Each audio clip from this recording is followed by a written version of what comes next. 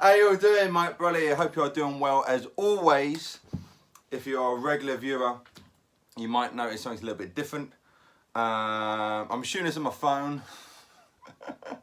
I basically have upgraded my Mac, which is good, as for a long time, for the last 6 months, my memory on my Mac has been like 1.4 gigabytes, which is not good. And I found out ideally on a Mac you want to have at least 20. So I've finally now got 240 gigabytes of free memory now.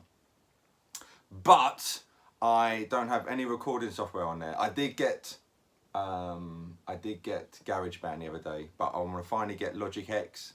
But more importantly, I have no video editing. I don't have Final Cut anymore at the moment. So, because I had a naughty version. So I need to sort all that out.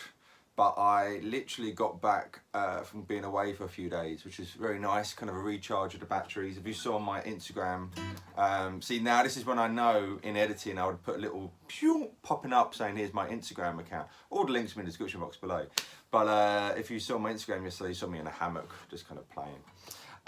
But I still wanted to do a video for today, all right? I still want to do a Mike Bradley show. That sounded so bad. And I thought I'd just quickly talk to you guys about getting your root notes down. So that little ditty I was just doing in G, you know, I was kind of hammering home those root notes.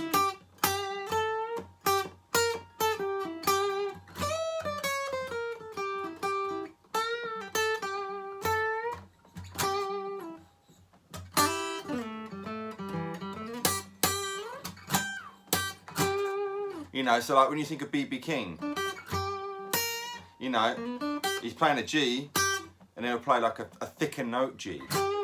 You know, on paper that's the same pitch.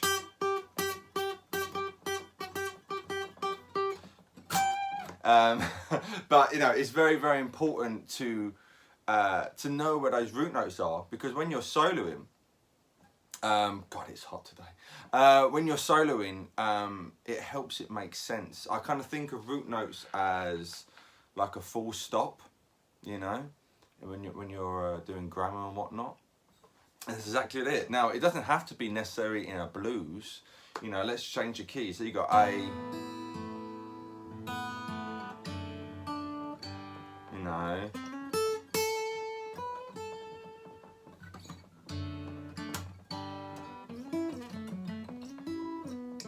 There's my A, you know.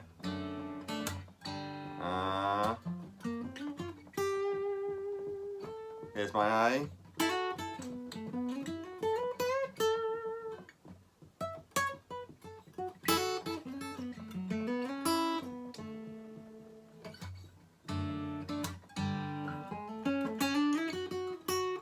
There's my A. And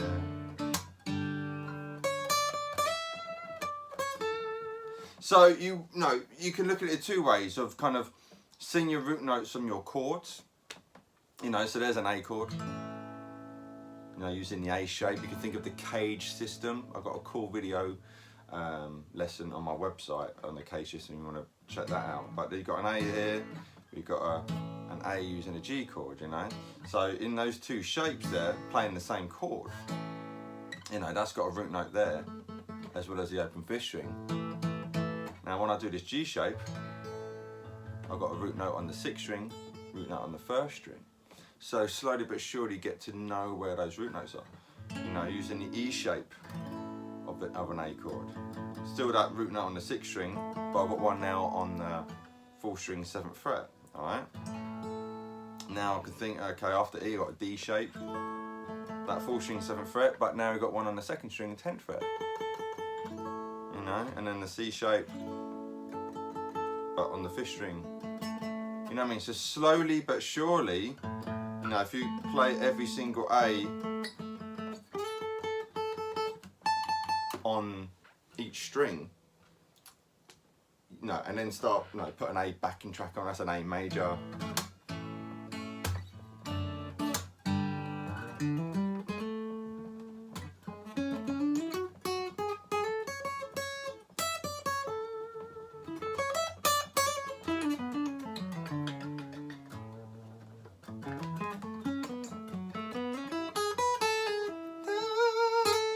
right, so getting to know where those root notes are when you're doing your solos just tightens everything up, helps you make sense. And then of course, you know, you can get to the point of doing chord tones and things like that, but I think that is the start of it, getting those root notes down.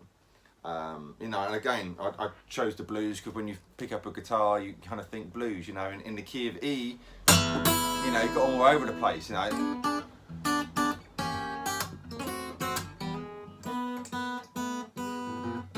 You know.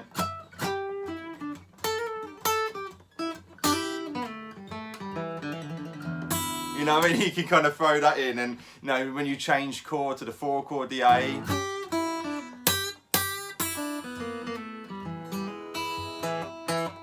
You know, I've got that root note going on there. So try and take some of this on board. You know, when you're doing a solo on, just try and if you're playing a lick or a phrase,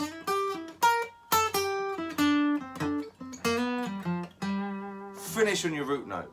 All right, because it gives it that defiant ending, you know. All right, so I'm back in G again now. It's so hard to play. I think this is just wet right now. It's very, very hot in the UK at the moment.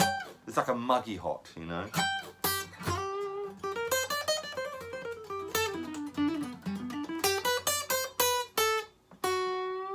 Then I was cheeky there, and there's my G. Went to note behind it, the F sharp, and I bent up to the G note because I knew that the root note was there, and if I bend up a semitone from the note behind, I'm gonna hit my G. All right. So yeah, take some of that on board. Let me know how you think in the comments section below. If this is your first video, things are usually a little bit more pro looking, but maybe you like this shot. I don't know, let me know. It might save me time and not having to worry about editing software or anything like that. And but the only thing I've got to make sure everything's in one take though. When I did my little A jam, you may have spotted a little boo-boo, but you know, the boo-boos we just call jazz, don't we? Anyway, hope you're all very, very good and well. Thank you for all the love and support as always. And if, like I say, if it's your first time, you know, think about subscribing to this strange, very wet Englishman. And if you are a regular viewer, thank you for all your love and support as always. And me and my old girl Betty will see you very, very soon. Lots of love. Take care. Mike Brady signing out.